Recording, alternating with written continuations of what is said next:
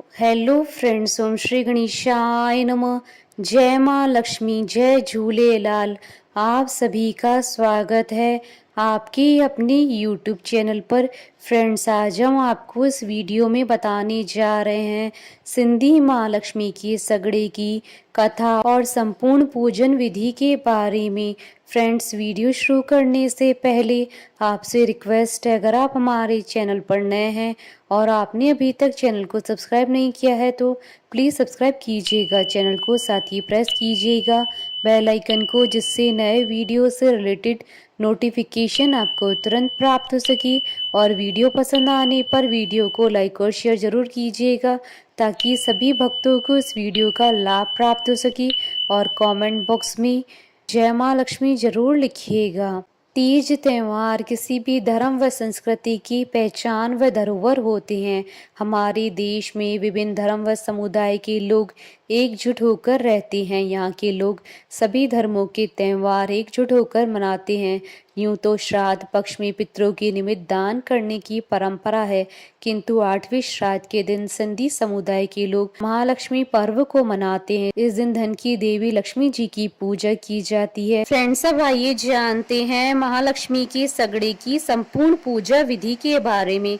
भाद्रपद के महीने की शुक्ल पक्ष की अष्टमी तिथि को 16 तार का पीले रंग का धागा ले। अगर पीले रंग का धागा ना हो तो सफेद धागा ले। उसके 16 तार ले। अपने हाथ की कलाई के हिसाब से छोटा बड़ा ले सकते हैं। फिर उसमें 16 गिठाने लगाएं। उसके बाद हल्दी के रंग में थोड़ी देर के लिए रखें। अब उस 16 तार के कच्चे सूत के धागे को माँ लक्ष्मी के आगे रखें और माँ लक्ष्मी से प्रार्थना करें। जो भी आपकी मन की मुराद हो मन में बोलें।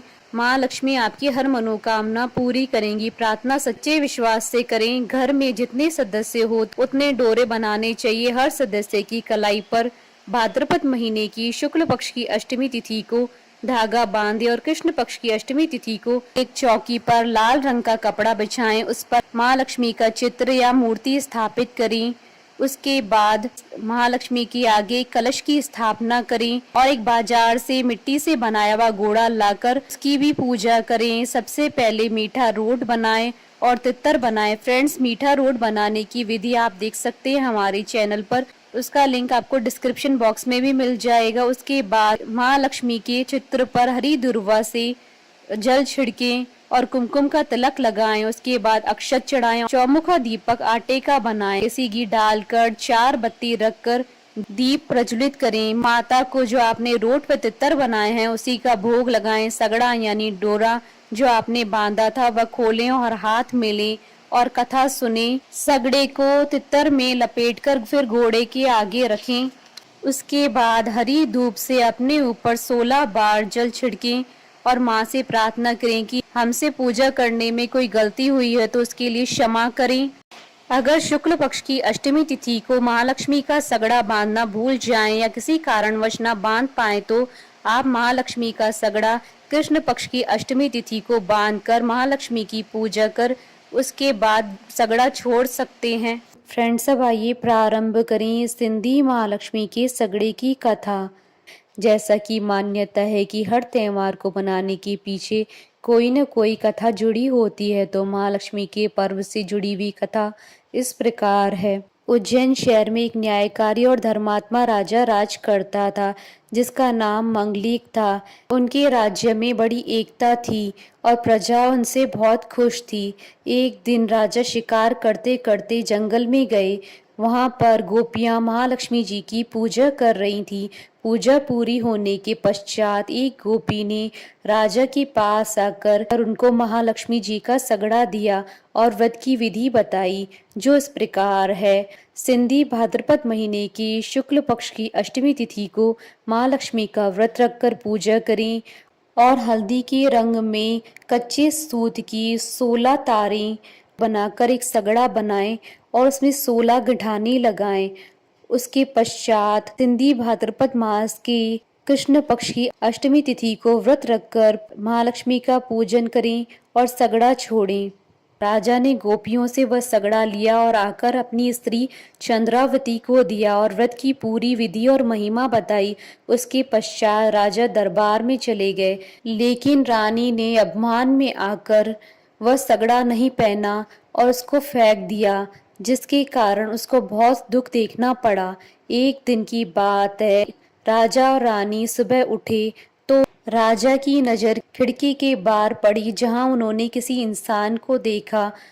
राजा ने इस बात का निश्चय करने के लिए रानी से पूछा, पर रानी ने कहा कि वहां पर इंसान नहीं, एक हिरण है। इस पर राजा और रानी आपस में झगड़ने लगे।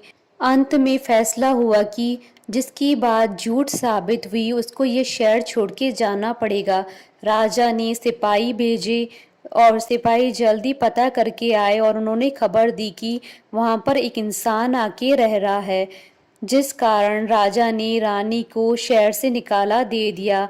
रानी घूमती घूमती रूपनगर नाम के एक शहर में आ पहुंची। भूख और प्यास से व्याकुल होकर रानी एक कुम्हार के घर आई, जो उस समय घड़े बना रहा था, किंतु उसके घड़े आधे कच्चे और आधे पक्के निकल रहे थे, जिस कारण कुम्हार रानी पर बहुत क्रोधित हुआ और वहां से उसको जाने के लिए कहा। वहां से निकलकर रानी एक नदी पर पानी पीने के लिए आई। जैसे ही रानी ने नदी में पानी पीने के लिए हाथ डाला तो नदी सूख गई। वहां से रानी निराश होकर एक बाग में आई। जैसे ही फल और फूल तोड़ने लगी तो बाग सूख गए, जिस कारण माली ने वहां से रानी को निकाल दिया। रानी वहां से एक जोगी की कुटिया में आई, जो एक दिन भिक्षा मांगता था और 12 महीना बैठकर खाता था। पर आज उस जोगी को कहीं से भिक्षा नहीं मिली, जिस कारण उसको रानी पर क्रोध आया। रानी ने अपनी दुख भरी दास्तान उस साधु को बताई। रानी की दुख भरी दास्तान सुनकर साधु को रानी पर दया आ गई। साधु की सेवा करते करते रानी को 12 महीने होने को आए। अंततः महालक्ष्मी के व्रत रखने का महीना आया। रानी ने बड़ी श्रद्धा और भाव से व्रत रखा और सगड़ा बांधा, जिस कारण महालक्ष्मी माता रानी पर राजी हुई, जिसके प्रभाव से बाग वापस हरा भरा हो गया और कुमार के घड़े भी अच्छे से पकने लगे और नदी फिर से बहने लगी। सबने जब इस दृश्य को देखा तो सबने आकर रानी से माफी मांगी। उस दिन राजा मंगलिक शिकार करते करते उस जोगी की कुटिया के पास आकर पहुंचा। उस वक्त राजा को बड़ी भूख लग रही थी। राजा ने अपने वजीर को खाना बनाने के लिए कहा। वजीर ने राजा से कहा कि आज माँ लक्ष्मी जी का पवित्र व्रत है, आप मुझे आटा, घी और चीनी दे तो मैं रोट पका के आऊं। वजीर ने कुटिया में पहुंचकर रोट बनाया, पर रोट जल गया। उस पर रानी को हंसी आई और वजीर को कहा कि आप राजा से आटा, चीनी और देसी घी लेकर आए तो मैं रोट पका कर देती हूँ। वजीर ने ऐसा ही किया। जब वह रोट राजा ने खाया तो राजा को रोट बड़ा स्वादिष्ट लगा। राजा ने वजीर से इसके बारे में पूछा। वजीर ने सारी बात राजा को बताई।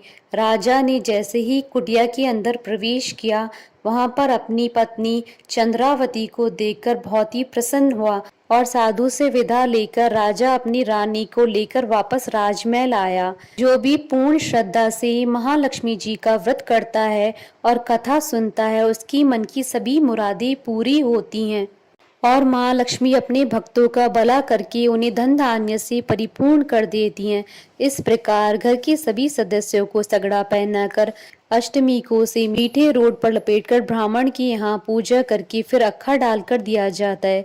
इस दिन तरह तरह के मीठे पकवान बनाए जाते हैं, जिनका माँ लक्ष्मी जी को भोग लगाकर खाया जाता है।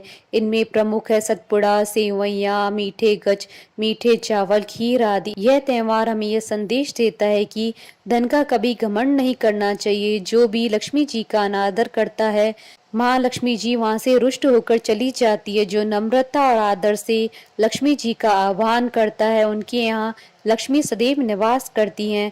बोलिए माता महालक्ष्मी जी की जय। हमारे साथ इस वीडियो में अंत तक बने रहने के लिए आपका धन्यवाद। ओम श्री गणेशाय नमः। जय माँ लक्ष्मी।